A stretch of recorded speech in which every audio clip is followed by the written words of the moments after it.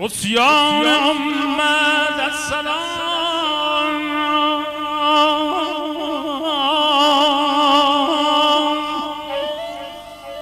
السلام ای گوهر دریای رحمت السلام زهرا بالاست خوشگل میشه صفایت میشه زاده خیر الورا شهزاده آزاد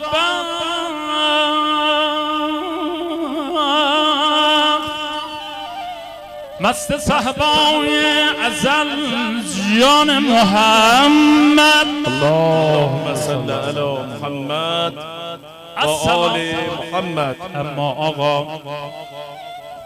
ور مبارک اللری اول زیارت ایلی ور مبارک اللری اول زیارت ایلی تا اد مطلب لری bir کایت السلام که السلام علیک ای جوان فرزانه اولان جمال نه مشتاق و یاد و بیگانه niye balalarımı korkudur niye yolu bana kesmişler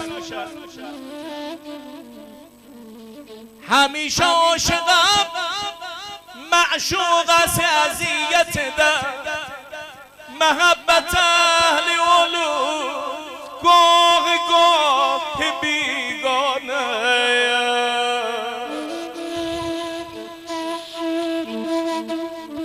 حسب ظاهر دده görüp ne kimsesen ne duradin ne semte ezmin var kimden sarı bu çöller beylan dolanır ay kimin sorağına yüz koymuş ay biyabane که ای محبوبم درگاه الهیم آقا کاش آدم متایده با عبدالله بیالر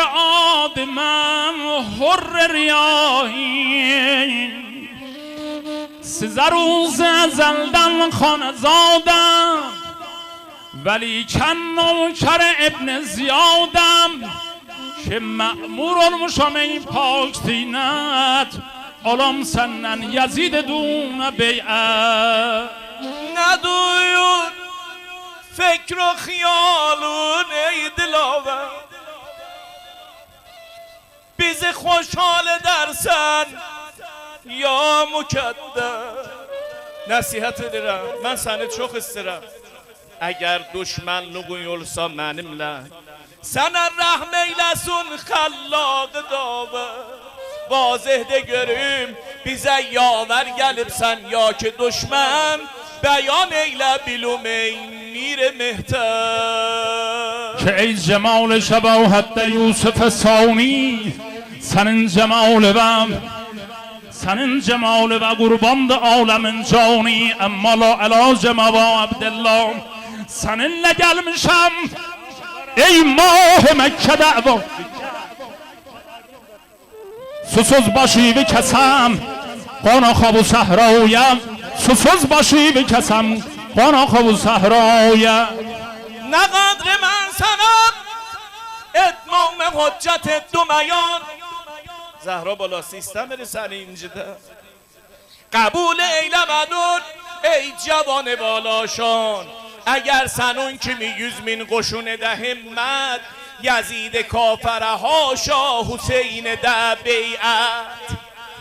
gözüme çekme یزیدی sen ey نیکو انفاس مگه خبرین yok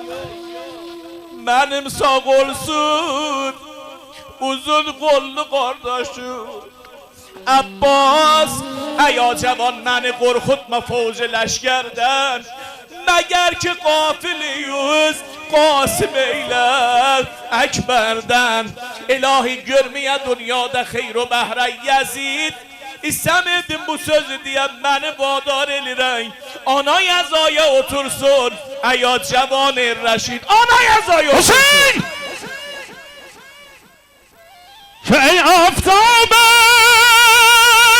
süpahret celal, məni etdin özgə gözündə xiyal. Ki ey Mustafa'nın ışıqlı gözü,